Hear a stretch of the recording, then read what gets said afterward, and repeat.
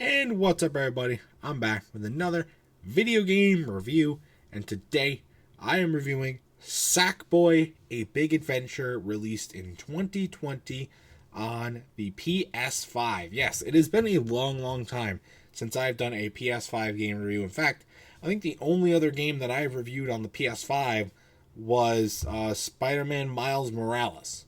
I don't know, we just don't get many games for it anymore, and what games we do have, most of them aren't really review material.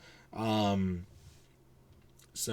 we've had this game for a while, and I just never thought to review it until recently when I was doing inventory stuff and realized, oh yeah, I do have this game. Why don't I give it a shot again and play? Because I played it when we first got it for a little bit.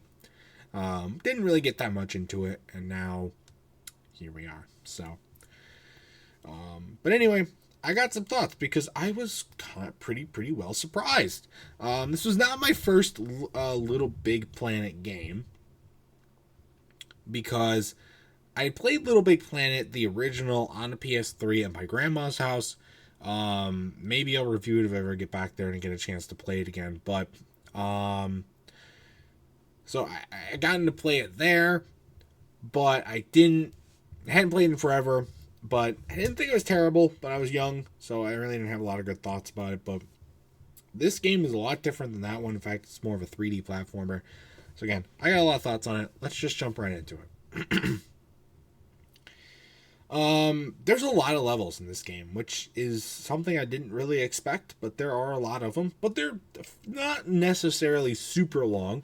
They're all still decently length, enough where there's a good amount of like puzzles or stuff to do, but they're still relatively short. There's just a lot of stuff to do in them. But there's also a lot of bonus stuff to do too. A lot of extra stuff that necessarily don't progress along the linear portion of the game, but stuff you can do to collect more items or do more fun stuff. Even worked into the levels as well if you can find them, which I did find a bunch of them for like dream orbs and stuff like that. So the controls are very fun, very simple. I thought this game played a lot like 3D World, and I've not reviewed 3D World yet at the time of this video being made. Maybe by the time coming out, it is on the list of a game that I still need to review. But I played it before, and it just felt a lot like that. Also like Mario Odyssey to an extent, a game that I have reviewed here. If you want to go check that out, go check out the playlist. It's one of my more earlier reviews. But yeah, it's a really good, really good 3D platformer, which I was not expecting at all. But like I said, it plays a lot like 3D World, more than 3D World, because it does have that multiplayer aspect to it. Now, I'm not going to talk about the multiplayer co-op stuff that much because I didn't play it. I only played this by myself, so I can't really touch on that at all. But from what I heard from other people, and also just looking at it and 3D World side by side, you can see why that might be. But the levels do have a good feeling of a mix of the open world and linear to them.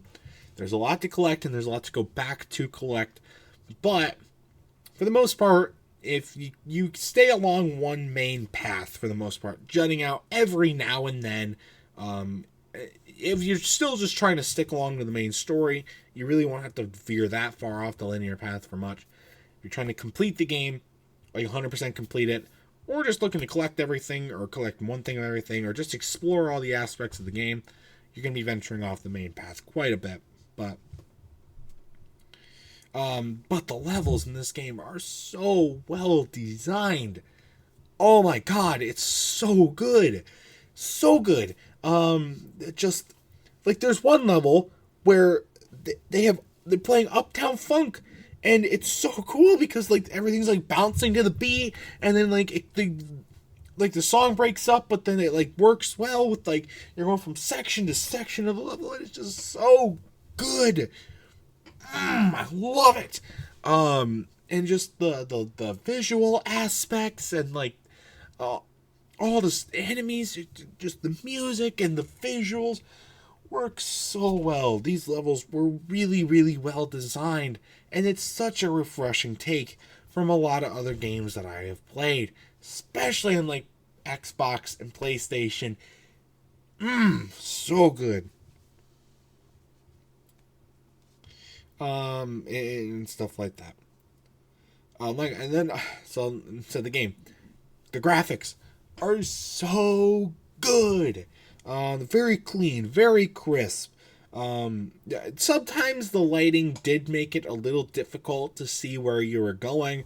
But you really just kind of gotta adjust your eyes or adjust the brightness setting on your console, and you'll get that figured out if that was a problem for you at all. But and then I do have a couple other things, the smaller gripes, I should say. This is not a perfect game. I really wish it was, because it's really, really close to being perfect. But there are a couple other nitpicks, I should say.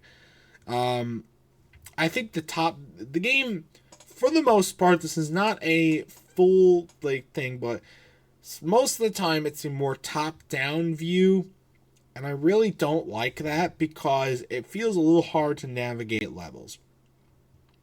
Especially the ones where you have to be really, really quick to get across something, but you also got to worry about avoiding enemies. Maybe you're trying to collect all of the stuff that, the orb stuff, and you're trying to collect all those as you run across, and it's really, really difficult. And so that can be pretty annoying, because you just don't see how far you got to go, and you kind of got to do it once, die, and then test it again, and then so you can just be pretty difficult there. Sometimes it's hard to see an enemy, sometimes it's hard to see a drop off on a level, but you might just run off the edge because you're trying to run ahead and get to something, and then you just realize, oh, I just fell off the edge because I didn't notice that there. So that's a little difficult. You get used to it. It's not always also like that. They do a good mix of maybe putting in a little bit more of the 2D stuff that you would expect from some of the more classic Little Big Planet games, as well as a more behind view of facing forward of Sackboy and doing that. But most of the time, it's going to be that top-down view. You just got to get used to it. And then the Dreamer Orbs. For a while, these were fine. They were pretty simple to find, but not too hard to find. They weren't too hard to find, but not super easy to find. They were doing a really good job of incorporating them into the levels, having cool puzzles to find to unlock them, and doing all that sort of stuff. And it made it really, really fun to find the Dreamer Orbs. But then I realized that the Dreamer Orbs serve the exact same purpose as the diamonds do in Captain Toad. You know what I mean there? And when I figured this out, I had a mega PTSD flashback to fucking Captain Toad. I don't like that you have to find a certain amount of them. That's where the game stops being fun, when they force you to complete it. It just doesn't make much sense to me why they decided to go that route. Now, the Dreamer Orbs do fit in with the story of the game. The story's not super elaborate, but it's not terrible either. It's just kind of there. I know it's never been really a strong suit of Little Big Planet games, but and this one's not. But the Dreamer Orbs do play a pretty significant role. So at least there's a little bit more of a reason for it to need more of them than Captain Toad with the diamonds, which served absolutely no purpose at all. But that was just really, really, really annoying. But you get past that, this game is really, really fun. One of the better games that I have played recently. It's just so much fun to go around and play the levels and collect the stuff and just enjoy the music and the visuals and the artwork and stuff like that. And they even break out some cool cinematics for cutscenes with the story that amp it up, and that's really, really cool too. So that's my thoughts though on this game. Final score for Sackboy, A Big Adventure, 9 out of 10 for sure. It's not perfect, but it's really, really damn close to perfect.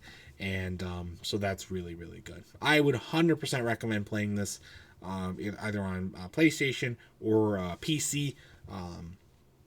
It's just so much fun to play. So, but anyways, if that's going to do it for this review. If you've ever played Sackboy: A Big Adventure, I'd love to know your thoughts about it in the comment section down below. And that's going to do it for this video as well. So stay tuned for much more amazing content, including more game reviews and other awesome stuff. And until next time, I'll see you guys later. Goodbye.